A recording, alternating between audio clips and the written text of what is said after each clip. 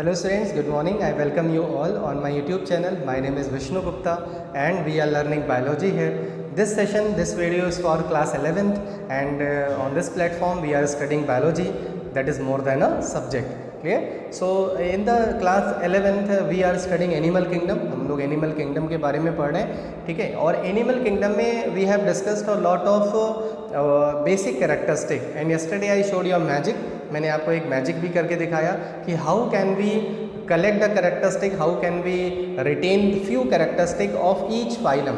मैंने आपको yesterday I told you about the 9 phylum. मैंने 9 फाइलम के सीक्वेंस आपको बताए थे, ठीक है. और उन 9 फाइलम के सीक्वेंस में मैंने आपको ये भी बताया था कि how can you learn the characteristic of each phylum. हर एक फाइलम के एक मतलब 2-2, 3-3 कैरेक्टरिस्टिक आप कैसे याद कर सकते हो, ये मैंने आपको कल बता दिया था. और मुझे कमेंट बॉक्स में आपने ज़रूर लिख के बताना यस सर मैजिक आपका काम आया, ठीक है. तो ये ज़रूर लिखना कि यस सर. और लाइक बटन पे ज़रूर प्रेस किया करो. अगर आपको सेशन अच्छा लगता है तो लाइक बटन पे ज़रूर प्रेस किया करो. लोगों को भी डिसेमिनेट करो ज़्यादा से ज़्यादा, ठीक है, जिससे बायोलॉजी क्या होने पाए, पूरी तरह से प्रिवेलेंट हो जाए, ठीक है. कि ये भी ऐसे भी क्लासेस है जहाँ पे बायोलॉजी को ऐसे पढ़ाया जाता है और ऐसे पढ़ा जाता है, ठीक है. तो बढ़ते हैं आगे. अब देखो हम लोग we are going to discuss every phylum, हर एक फाइलम के बारे में डिस्कस करेंगे, ठीक है. देखो इस चैप्टर में मेन 2 चीज़ें हैं. If you learn the characteristic, अगर आपको कैरेक्टरिस्टिक याद है और एग्जाम्पल्स याद हैं, तो इन्हीं दोनों के मतलब यही 2 ऐसे पॉइंट्स हैं जिस पे क्वेश्चंस पूछे जाते हैं, ठीक है. क्योंकि जब भी हम कोई चैप्टर पढ़ते हैं तो हमें ये पता होना चाहिए कि इस चैप्टर को कैसे प्रिपेयर करेंगे, ठीक है. तो अगर ये हमें नहीं पता है, हम बस केवल पढ़ रहे हैं, तो वो हमारी प्रॉपर डायरेक्शन नहीं है. मैंने कल एक थॉट बताया था ना कि अगर हम छोटी छोटी अगर कदम चल रहे हैं लेकिन वो डायरेक्शन में चल रहे हैं तो कंफर्म है हमें सक्सेस ज़रूर मिलेगी. तो in this chapter you have to focus on 2 things. First characters, second examples. ये दोनों बहुत इंपॉर्टेंट है, ठीक है. कैरेक्टर तो मेरी गारंटी है, मैं आपको 80 से 90% कैरेक्टरिस्टिक बिना मतलब आपको बहुत ज़्यादा एकदम लगना नहीं पड़ेगा कि बुक खोल के एकदम रट रहे हैं, सुबह शाम रट रहे हैं, ऐसा कुछ नहीं, ठीक है. मतलब 70 से 80 से 90 तो थोड़ा ज़्यादा हो गया, लेकिन 70 से 80% कैरेक्टरिस्टिक मैं आपके दिमाग में भर दूंगा. आपको ट्रिक बता दूंगा कि कैसे याद करते हैं, और वही इंपॉर्टेंट है. अगर आपको 70-80% कैरेक्टरिस्टिक याद हो जाए तो सब तो बहुत बड़ी बात है, ठीक है. किसी को 2% भी नहीं याद होता, उनको लगता है अरे पता नहीं क्या क्या पढ़ रहे हैं, ठीक है. तो पढ़ते हैं, कैरेक्टरिस्टिक को स्टार्ट करते हैं. सबसे पहले लेते हैं पोरीफेरा, ठीक है. ये देखो पोरीफेरा की पिक्चर मैंने लगा दी. अब पोरीफेरा तुम लोग ये पोरीफेरा है, ठीक है. अब पोरीफेरा में तुम्हें देख रहे होंगे कुछ होल्स हैं, ये एनिमल्स हैं, ठीक है. ये प्लांट्स नहीं है, ये एनिमल्स हैं. अगर आपने डिस्कवरी चैनल पे देखा होगा तब सी के अंदर कैमरा ले जाके दिखाते हैं, ठीक है. जो डाइवर्स होते हैं जब अंदर ले जाके दिखाते हैं तो ऐसे कुछ दिखता है, ठीक है. बहुत सारे कभी आपने देखा होगा, बहुत स्टूडेंट्स ने देखा होगा, लेकिन उनको लगता रहा होगा ये प्लांट्स हैं. एक्चुअली ये प्लांट्स नहीं है, ये एनिमल्स हैं. These are the only animals those can not move from one place to another place, because you know one characteristic is very unique in the animal than the plant comparatively to the plant, that animal can move from one place to another place but the plants cannot. Plants cannot move, animals can move, but these are the animals those cannot move. ये एक ऐसे animals हैं जो ये भी move नहीं कर सकते, ठीक है. तो सबसे पहला ये मूव नहीं कर सकते. इसमें तुम्हें क्या दिख रहे हैं, पोर्स दिख रहे हैं, नहीं पोर्स दिख रहे हैं, सब लोग को पोर्स दिख रहे हैं. इसमें बड़े बड़े दिख रहे हैं, यहाँ पे छोटे छोटे दिख रहे हैं, मतलब पोर्स होते हैं, ठीक है. अब आ जाओ, ये मैंने कुछ पिक्चर्स इस तरह से लगा दिए. देखो सबसे पहले पोरीफेरा पोरस से बना, पोर्स, ठीक है. आपको सबसे पहला इसके जो जितने भी मैं फाइलम पढ़ाऊँगा उसका एक कैरेक्टरिस्टिक आप नाम पे लिख सकते हो, नाम पे याद कर सकते हो, कंफर्म है, ठीक है. ये मैं आपसे वादा करता हूँ, एक कैरेक्टरिस्टिक उसके नाम पे लिख सकते हो, ठीक है. It doesn't matter it is given in the book और not, but I will tell you one characteristic on the basis of the name, ठीक. पोरीफेरा किससे बना, पोर्स से बना. पोर्स मतलब होता है छेद, ठीक है. क्लियर है. अब पोर्स जो होते हैं, अगर पोर्स हैं तो पोर्स करेंगे क्या, एनिमल्स तो मूव कर नहीं सकते, और ये बहुत प्रिमिटिव टाइप के एनिमल्स होते हैं. They are multi cellular but बहुत प्रिमिटिव टाइप के होते हैं. प्रिमिटिव मतलब इनके पास बहुत ज़्यादा ऑर्गन्स और बहुत सारी चीज़ें डेवलप ही नहीं होती, इसीलिए इनको प्रिमिटिव टाइप बोलते हैं। जैसे in our body there is a digestive system, there is a respiratory system, circulatory system, but they don't have any organ system, इनके पास कोई ऑर्गन सिस्टम नहीं होता। तो इनके बॉडी में क्या है, पोर्स हैं सबसे पहला, ठीक है। अब देखो स्पंज जानते हो ना सब लोग स्पंज देखे हो, स्पंज जानते हो। किसी ने अगर नहीं देखा होगा, रे भाई अगर आप if you are sitting on the chair और चेयर में अगर फोम लगा है तो वो भी तो स्पंज है, आपने स्पंज देखा है। स्पंज क्या होता है, स्पंज को ध्यान से देखो तो उसमें छोटे छोटे पोर्स होते हैं। जब स्पंज को हम वाटर में फेंक देते हैं तो स्पंज में क्या भर जाता है, पानी भर जाता है। किसके थ्रू भर जाता है, पोर्स के थ्रू। क्लियर है। तो इनकी बॉडी में जो पोर्स होते हैं, because of the those pores they are known as sponge, इसीलिए इनको हम क्या बुलाते हैं, स्पंज बुलाते हैं। क्लियर है। तो स्पंज कैसे याद करोगे, पोर्स है। तो सबसे पहला कैरेक्टरिस्टिक इनके नाम पे कि दे हैव पोर्स, ठीक है। और अगर पोर्स है तो उनको हम क्या बुला सकते हैं, स्पंज बुला सकते हैं, ठीक है। अगर पोर्स है तो पोर्स करते क्या है, अब देखो पोर्स का क्या रोल है। Pores help to for the water intake, ठीक है। बॉडी में जो वाटर आएगा वो किसके थ्रू आएगा, पोर्स के थ्रू आएगा, ठीक है। बॉडी में पोर्स के थ्रू वाटर आएगा और वाटर निकल भी जाएगा किसके थ्रू, पोर्स के थ्रू। क्लियर है। तो they are having 2 type of pores, इनके बॉडी में 2 टाइप के पोर्स होते हैं। अब देखो कनेक्ट करना सीखो। मैं अभी 1-2 फाइलम में आपको बस केवल ट्रिक बताऊंगा कि कैसे याद करते हैं। पहला कैरेक्टरिस्टिक किसके बेसिस पे बताया, नाम के बेसिस पे।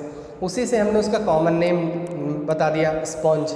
अगर स्पंज है और पोर्स हैं, ठीक है, तो पोर्स का रोल क्या है, सबसे पहले ये अपने दिमाग में लेके आओ कि पोर्स का रोल क्या होता होगा। पोर्स का रोल है वाटर को इनटेक करना और वाटर को बाहर लेके जाना, ठीक है। ये 2 फंक्शन होते हैं। तो कितने टाइप के पोर्स होते हैं, 2 लिखा हुआ है। ऑस्टिया, जो छोटे छोटे पोर्स होते हैं उनको बुलाते हैं ऑस्टिया, और जो बड़े पोर होते हैं जिसके थ्रू वाटर निकलेगा that is known as osculum, ठीक है। क्लियर है। तो इनके बॉडी में कितने पोर्स हो गए, 2 पोर्स हो गए। एक हो गया ऑस्टिया ये, और दूसरा क्या हो गया, ऑस्कुलम। मैं पिक्चर में भी आपको ये देखो, जैसे ये बड़े बड़े ऊपर पोर दिख रहे हैं ना, ये ऑस्कुलम है। और इनके बॉडी में जो छोटे छोटे क्या है, ऑस्टिया। ऑस्टिया के थ्रू वाटर जाएगा और ऑस्कुलम के थ्रू वाटर निकल जाएगा। समझ में आया। इसका मतलब है बीच में कोई कैविटी होती होगी, कैविटी है तभी तो वाटर गया और वाटर निकल गया, उसी कैविटी को बोलते हैं। देखो कैविटी जहाँ पे भी ये वर्ड आ जाए तो सील याद रखना। ये मैं नेक्स्ट स्लाइड पे लिख दे रहा हूँ। देखो कहीं पे भी अगर कैविटी का वर्ड आ जाए तो उसका मतलब होता है सील, COEL। अपने दिमाग में बैठा लो कि कहीं पे भी अगर कैविटी का नाम आ रहा है, सीलोम नहीं, ये अलग कैविटी है, सील, COEL, ठीक है। इसका जो स्पेलिंग है दैट इज COEL, लेकिन इसको प्रोनाउंस करते हैं सील, ओ साइलेंट है, ठीक है। तो देखो स्पंज के अंदर जो कैविटी है उसको क्या बुलाएंगे, स्पंजोसील। तो स्पंज के अंदर जो बॉडी कैविटी है, मतलब अंदर जो कैविटी है, उसको क्या बुलाएंगे, स्पंजोसील। ये सीलोम नहीं है, ये मैंने बताया था ना, हॉलो गट होता है। जैसे कमरा खाली होता है, कमरे में पानी घुसा और कमरे से पानी निकल गया, ठीक है। तो वहाँ पे कोई बॉडी कैविटी नहीं है, लेकिन एक स्पेस है, हॉलो स्पेस है, उसी को क्या बुलाते हैं, स्पंजोसील। तो वाटर किसके थ्रू एंटर किया, ऑस्टिया के थ्रू। किसके थ्रू बाहर निकल गया, ऑस्कुलम के थ्रू, ठीक है। और ये वाटर गया कहाँ था, कैविटी में गया था। कौन सी कैविटी में गया था, that is known as spongocoel. तो नाम याद करना बहुत ईजी है। सील, जहाँ पे भी सील वर्ड आ जाए उसका मतलब क्या है, कैविटी। स्पंज के अंदर है तो स्पंजोसील, इतना ईजी है, ठीक है। अब आ जाओ, दे आर जनरली मैराइन होते हैं, मतलब सॉल्टी वाटर में होते हैं, ओशन में होते हैं, but few are fresh water. लेकिन कुछ ऐसे भी हैं जो फ्रेश वाटर भी होते हैं, बट बहुत कम है, रेयर। सबसे ज़्यादा क्या होते हैं, मैरीन होते हैं। क्लियर है पहला। उसके बाद आ जाओ, they can not move from one place to another place. तो इसी को बायोलॉजिकली बुलाते हैं सेसाइल। सेसाइल का मतलब हो गया stationary. They can not move from one place to another place, ठीक है। अब अपने दिमाग में लेके आओ, मूव नहीं करते तो फूड कैसे लेते हैं भाई। हमें फूड लेने के लिए मूव करना पड़ेगा ना, एनिमल्स को मूव करना पड़ेगा ना फूड लेने के लिए। तो how they will they take the food, through the water. When the water enter in the body through the ostia, जब ऑस्टिया के थ्रू वाटर आता है, ठीक है, तो वो अपने साथ क्या लेके आता है, फूड लेके आता है, ऑक्सीजन लेके आता है, सारी चीज़ें लेके आता है, ठीक है। तो उससे ये फूड को क्या कर लेते हैं, कैप्चर कर लेते हैं, कैच कर लेते हैं। समझ में आए। इनके पास कैच करने के लिए सेल्स होती हैं जो फूड को क्या कर लेती हैं, कैच कर लेती हैं, उसको डाइजेस्ट कर लेती हैं। अब क्वेश्चन आएगा कि एक्सक्रीशन कैसे करते होंगे, ठीक है। तो देखो वाटर के थ्रू डाइजेशन भी मतलब न्यूट्रिशन भी वाटर के थ्रू कंप्लीट हो रहा है, रेस्पिरेशन भी उसी के थ्रू कंप्लीट हो रहा है, ठीक है, और एक्सक्रीशन भी उसी के थ्रू कंप्लीट होगा। जब वाटर अंदर आया तो फूड लेके आया, ठीक है, उसके फूड जो आए वो एब्जॉर्ब हो गए, उसके बाद जो वेस्ट मटेरियल था वो वाटर के थ्रू बाहर निकल गया। वाटर में ऑक्सीजन भी होती है तो ये ऑक्सीजन को भी क्या कर लेंगे, इनटेक कर लेंगे। समझ में आया? तो जितना भी फंक्शन है वो बैठे बैठे हो जा रहा है वाटर के थ्रू। क्लियर है? इसी को बोलते हैं वाटर कैनाल सिस्टम, ठीक है। तो कैनाल मतलब क्या होता है, कहीं से वाटर अगर ऐसे जाए और निकल जाए, मतलब अंदर आए और निकल जाए तो उसको बोलते हैं कैनाल, ठीक है। तो वाटर कैनाल सिस्टम होता है इनके बॉडी में, दैट इज़ रिस्पॉन्सिबल फॉर डायरेशन, रेस्पिरेशन एंड एक्सक्रीशन, तीनों के लिए रिस्पॉन्सिबल होता है, ठीक है। अब आ जाओ नेक्स्ट टॉपिक पे, मतलब नेक्स्ट कैरेक्टरिस्टिक्स में। क्लियर है? समझ में आ गया? Water canal system is helpful in food gathering, respiratory exchange, ये सारी चीज़ों में हेल्प करता है। उसके बाद इनके बॉडी में सेल्स लगे होते हैं, ये देखो, ये मैंने पिक्चर यहाँ लगा दी है, ये देखो, ये सेंट्रल कैविटी हो गई, पोर्स के थ्रू वाटर ऐसे आते होंगे, ठीक है, और जो बीच में जो कैविटी है जिसको हम स्पॉन्जोसील बुलाते हैं उसमें वाटर जाता होगा, और ऑस्कुलम के थ्रू वाटर आउट जो बाहर के निकलेगा वो किसके थ्रू निकलेगा, ऑस्कुलम के थ्रू वाटर बाहर निकल जाएगा। समझ में आया? तो ये तो मैंने स्पंज का इंटरनल स्ट्रक्चर दिखा दिया। अब देखो इनके बॉडी में कुछ सेल्स लगे होते हैं जिनको कॉलर सेल्स बुलाते हैं। देखो लिखा हुआ है कॉलर सेल्स, या इन्हीं को कोइनोसाइट्स बुलाते हैं। अभी इन स्लाइड में इनका नाम लिखा होगा, परेशान मत नहीं हो कि कैसे लिखेंगे, कोइनोसाइट्स, ठीक है, केवल मैं दिखा रहा हूँ आपको कि क्या होते हैं। तो जो ये कॉलर सेल्स होते हैं, कोइनोसाइट्स जो होते हैं, ये इनमें देखो फ्लैजिला लगी है, डायग्राम में देखो, ठीक है, इनके पास फ्लैजिला होती है। तो with the help of flagella they catch the food को या प्रे को क्या कर लेते हैं, कैच कर लेते हैं। समझ में नहीं आया? तो फ्लैजिला किस में हेल्प कर रही है, फूड को इनटेक करने में। कहाँ पे लगी है, इनके बॉडी में लगी है। उनको क्या बुलाते हैं, कॉलर सेल्स बुलाते हैं। कॉलर सेल्स का जो साइंटिफिक नेम है उसको बुलाते हैं कोनोसाइट्स, ठीक है। कोइनोसाइट्स और इनकी जो आउटर लेयर है उसके बीच में आप देख रहे हो सेल्स भी होती हैं बीच बीच में। इनके बॉडी के जो कॉलर सेल्स हैं और जो पार्ट है बाहर के, उन दोनों के बीच में अमीबॉइड सेल्स लगी होती हैं, ठीक है। ये भी जो है मूवमेंट में, वाटर के मूवमेंट में हेल्प करते हैं, मतलब जो वाटर आता है उसको मूव करने में हेल्प करते हैं, ठीक है। तो ये क्या हो गया, किसको मैंने आपको इस डायग्राम में क्या दिखा दिया कि कैसे ये फूड को क्या करते हैं, इनटेक करते हैं, ठीक है। क्लियर है? अब नेक्स्ट उसमें आ जाओ। अब यहाँ पे देखो वाटर कैनाल सिस्टम तो मैंने बता दिया। अब नेक्स्ट क्या है, कोइनोसाइट्स। कोइनोसाइट्स मतलब कॉलर सेल्स, ठीक है। कॉलर सेल्स का कहाँ पे लगी होंगी, स्पंजोसील में लगी होंगी। और ये करेंगी क्या, ये फूड को क्या करेंगी, कैप्चर करेंगी, मतलब कैच करेंगी। डायरेशन इज इंट्रा सेलुलर। देखो दो वर्ड होते हैं, एक इंट्रा और एक इंटर। आपने सुना होगा इंट्रा कास्ट मैरिज और इंटर कास्ट मैरिज। अगर कोई मेल है, मतलब कोई लड़का है, अगर वो किसी और कास्ट में मैरिज करता है, ठीक है, तो उसको बोलते हैं इंटर कास्ट। और अगर अपनी ही कास्ट में मैरिज करता है तो उसको बुलाते हैं इंट्रा।